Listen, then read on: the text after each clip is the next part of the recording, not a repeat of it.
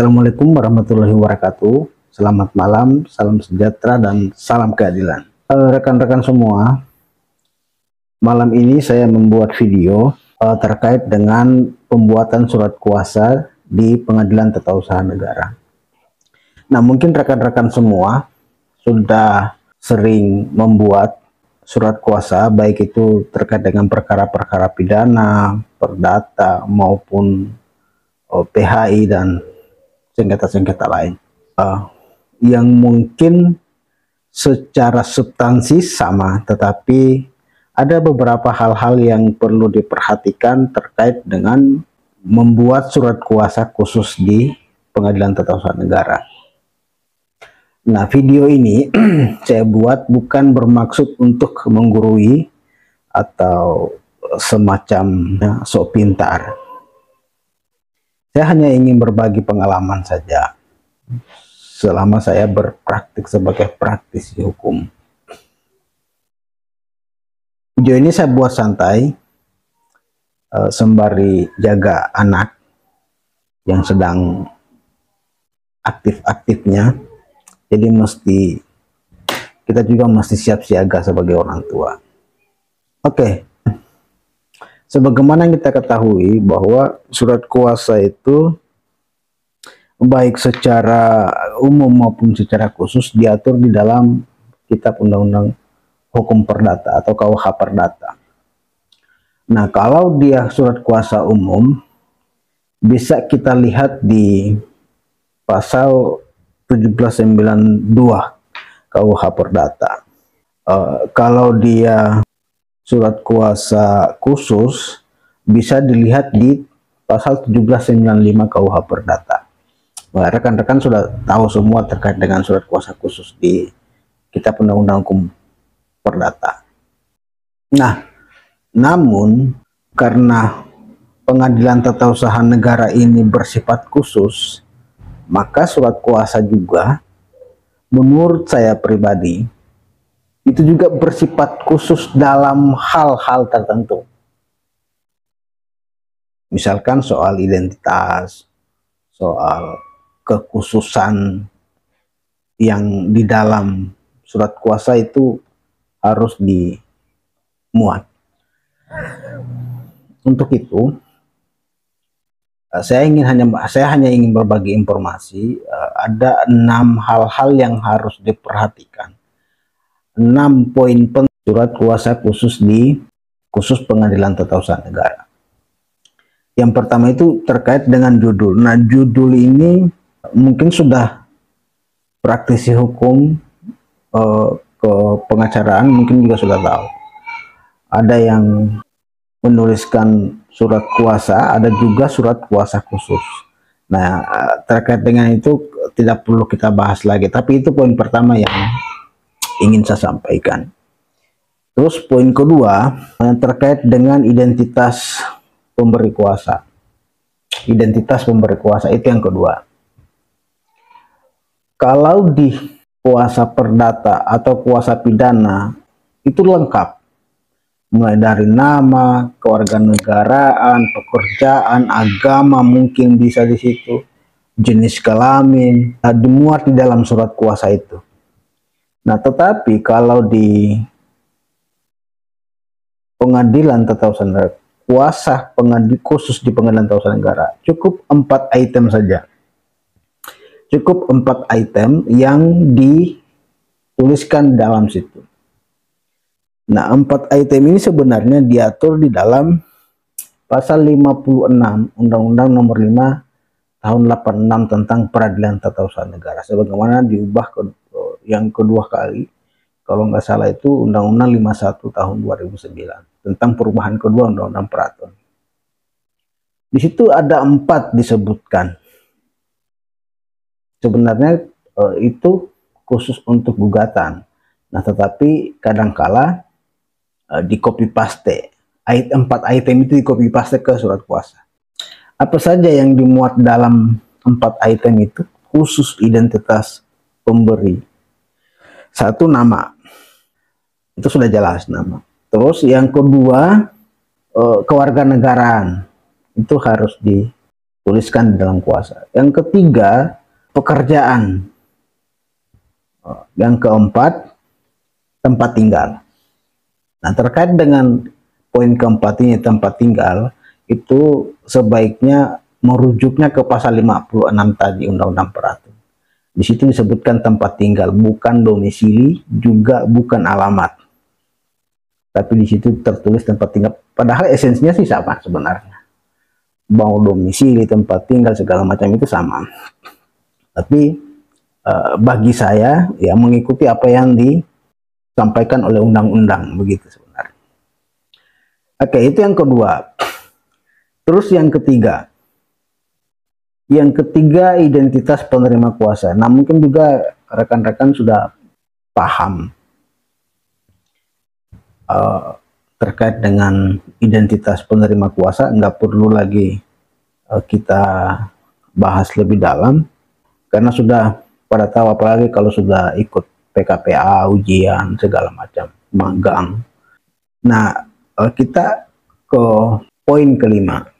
Poin kelima itu khusus.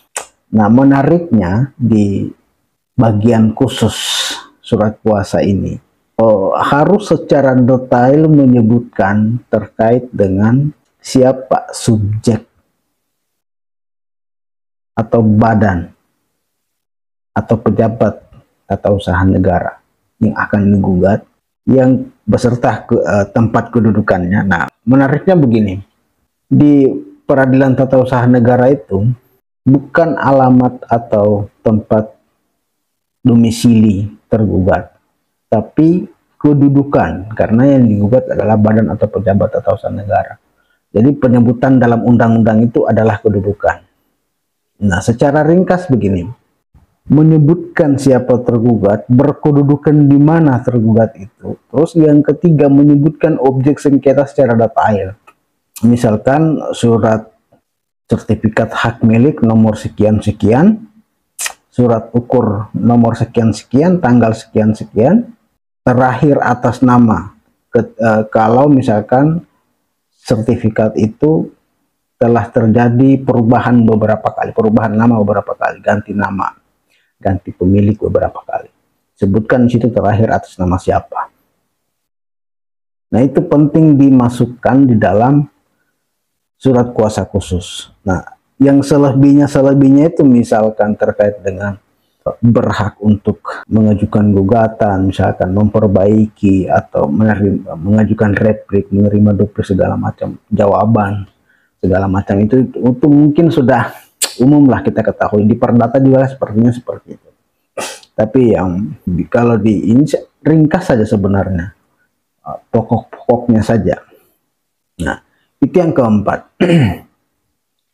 Terus kita ya ke kelima, tempat dan waktu penandatanganan surat kuasa. Nah, ini juga sepertinya baik surat kuasa umum maupun surat kuasa khusus itu mesti menyebutkan tempat dan waktu penandatanganan. Misalkan di Jakarta tanggal 2 Januari 2022 misalkan. Sebenarnya ini tidak perlu diulas lagi karena ini harusnya ada di dalam surat, bukan cuma dalam surat kuasa, surat-surat resmi misalkan non resmi juga kadang-kadang seperti itu. Diwajibkan ada waktu pembuatan surat kuasa. Nah, yang selanjutnya yaitu tanda tangan para pihak pemberi kuasa maupun penerima kuasa. Ini juga umum sudah teman-teman ketahui, bahkan semenjak masih mahasiswa juga kita sudah ketahui siapa yang dalam pembuatan surat menyurat itu ada yang tanda tangan ketua, sekretaris. Tapi kalau misalkan surat kuasa khusus itu di pemberi kuasa dan penerima kuasa. Maksud saya, sejak mahasiswa kita sudah ketahui bahwa setiap surat yang keluar itu ditandatangani oleh yang bersangkutan. Oke. Di atas materai yang berlaku saat ini, materai 10.000, 6.000 sepertinya masih berlaku ya, tapi 6.000. Nah, kenapa saya membuat video ini? Karena ada beberapa, saya hanya ingin berbagi saja sebenarnya. Karena di dalam hukum acara peradilan tata usaha negara ada yang disebut sebagai pemeriksaan persiapan. Ya 11-12 lah dengan pemeriksaan pendahuluan di Mahkamah Konstitusi. Apa artinya pemeriksaan persiapannya? Pemeriksaan persiapan ini untuk sebuah forum sebelum pemeriksaan pokok perkara. Sebuah forum yang diwajibkan oleh undang-undang hakim melakukan pemeriksaan persiapan. Pada intinya seperti itu. Fungsinya adalah untuk memberikan masukan atau nasihat kepada pihak penggugat untuk memperbaiki surat kuasa dan surat gugatan apabila dipandang perlu. Nah, makanya agar tidak terlalu banyak yang menghabiskan waktu di forum pemeriksaan persiapan ini, untuk itulah saya buat video ini. Karena ada beberapa case juga yang saya dengar perkaranya gugur karena forum pemeriksaan persiapan ini menurut undang-undang hanya diberikan waktu 30 hari atau 1 bulan. Tetapi ternyata dalam jangka waktu 30 hari tidak, pihak penggugat itu tidak mampu melakukan perbaikan sebagaimana yang disarankan oleh hakim. Nah, sehingga apabila itu tidak dilakukan maka dianggap gugur gugatan. Nah, untuk itulah jangan sampai hal-hal itu yang terjadi hanya karena formulasi surat kuasa dan surat gugatan itu melenceng kemana-mana, tidak sesuai dengan apa yang diinginkan gitu. Nah, selain itu forum pemeriksaan persiapan ini juga berfungsi untuk meminta penjelasan. Hakim itu meminta penjelasan kepada pihak tergugat atau pejabat badan tata usaha negara yang kita gugat. Minta penjelasannya misalkan terkait apakah benar objek sengketa disengketakan ini diterbitkan oleh yang bersangkutan si tergugat atau tidak. Karena jangan sampai salah objek juga. Ya, biasanya banyak seperti itu. Banyak yang salah objek atau banyak yang salah subjek. Nah, sehingga karena kesalahan-kesalahan begitu ya gugatan putusannya NO, tidak dapat diterima. Oke, untuk kesimpulannya, untuk rekan-rekan kita semua, saya juga masih belajar, masih tahap belajar saat ini. Saya sudah baru 7 tahun berpraktik sebagai praktisi hukum, lebih khusus di perdata dan di tata usaha negara. Untuk itu saya bisa simpulkan bahwa hal-hal yang harus diperhatikan terkait dengan pembuatan surat kuasa di pengadilan tata usaha negara. 1, judul. 2, identitas pemberi kuasa. Cukup 4 item saja. 3, identitas penerima kuasa. 4, khusus. Khusus itu harus disebutkan terkait dengan siapa objek, berkedudukan di mana, siapa subjek tergugat, berkedudukannya di mana, objek disebutkan secara lengkap sampai dengan tanggal-tanggalnya. Terus yang 5 itu waktu tanda tangan, tanggal, tempat dan waktu tanda tangan. Terus yang 6 tanda tangan pemberi dan penerima kuasa di atas materai yang berlaku. Kalau saat ini materai RP 10.000. Oke, sekian dulu video ringkas saya ini, hanya untuk berbagi saja supaya nanti tidak habis waktu di pemeriksaan persiapan atau bahkan buruk-buruknya itu melewati tenggang waktu sebagaimana ditentukan oleh undang-undang. Ingat, ada beberapa kasus yang perkaranya itu tidak bisa dilanjutkan karena forum pemeriksaan persiapan saja sudah runtuh gitu. Nah, untuk itulah hal-hal yang seperti ini masih diperhatikan secara detail. Oke, sekian dulu. Kalau ada hal-hal yang perlu ditanyakan, bisa ditanyakan langsung melalui kolom di bawah. Dan perlu diketahui bahwa informasi apa yang saya sampaikan tadi ini juga bisa Anda akses di